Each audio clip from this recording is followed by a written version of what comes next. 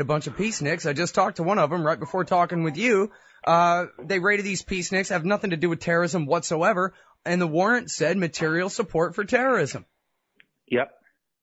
And so material support means basically we go with, the Jonah Goldberg standard. You are objectively on the side of the terrorists, Scott, if you don't agree with what Bush and Barack Obama are doing on any given day.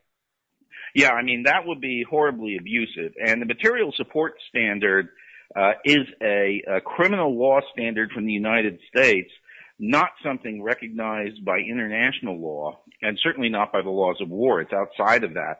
So you could not use that to justify an attack on someone in wartime under law of war norms. That doesn't work.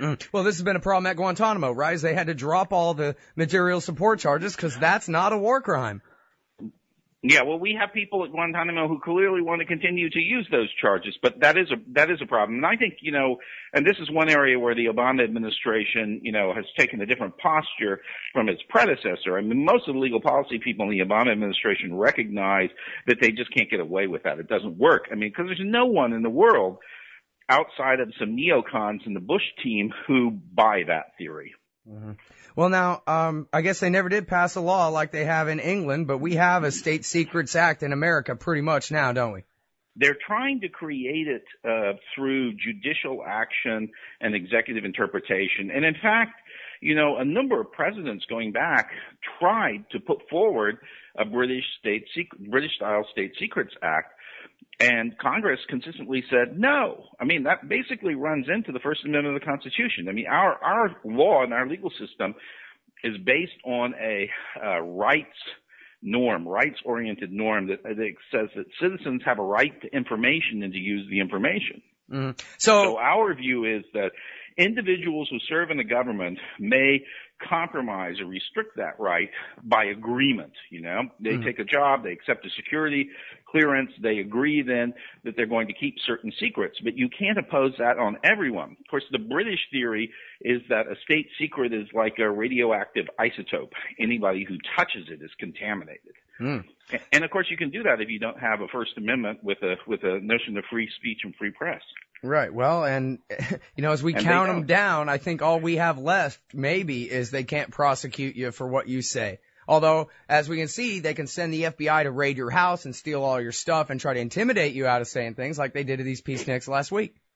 Exactly. Well, now, so, when we talk about the state secrets thing, we have the state secrets privilege, which says that, you try to sue them, the judge won't allow your evidence in because it's a secret. But what we're talking about here is like, if a government employee breaks his secrecy agreement in order to give you, a journalist, information, and you publish what you know for a fact is classified data, they still don't have a thing on you, not legally, because of that First Amendment. That's extremely clear. I mean, they cannot stop the press from running it, and they don't have a criminal case against you for having communicated.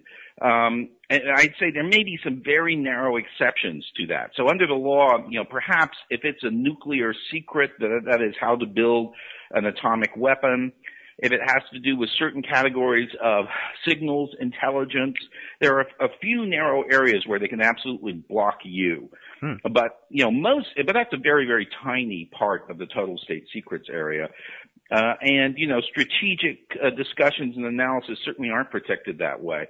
And of course, what they do is they go to the journalist and they say, you're going to tell us who gave you this information.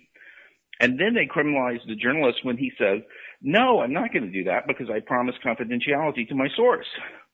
So then they say, well, you're defying the subpoena, and this is how they would arrest a journalist and try to break them. So they will use other techniques they have. Of course, one thing we see going on right now that's quite amazing, they will go after journalists and others based on alleged false statements, and they'll put them in prison for long periods of time. But of course, we have a lot of criminal proceedings right now where it's clearly demonstrated that the government made false statements, FBI agents made false statements, and what happens to them? Nothing. Of course not. Yeah. There's no consequence.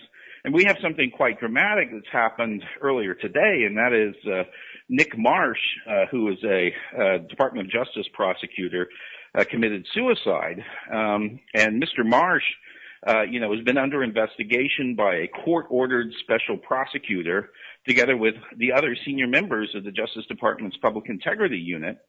And he's the person who, it is alleged, suppressed or made witnesses unavailable who would have helped Senator Stevens in that case. Of course, he was also a key figure in the prosecution of Governor Siegelman. And today, it appears he's committed suicide. And he's done this just a matter of days before the anticipated release of the special prosecutor's report. All right, well, thanks. I'm sorry we're all out of time, Scott. I got a million more questions for you as always, but we'll have to catch up on the other side.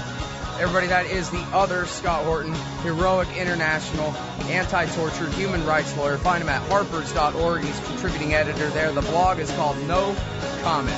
Really appreciate your time on the show. Thank you.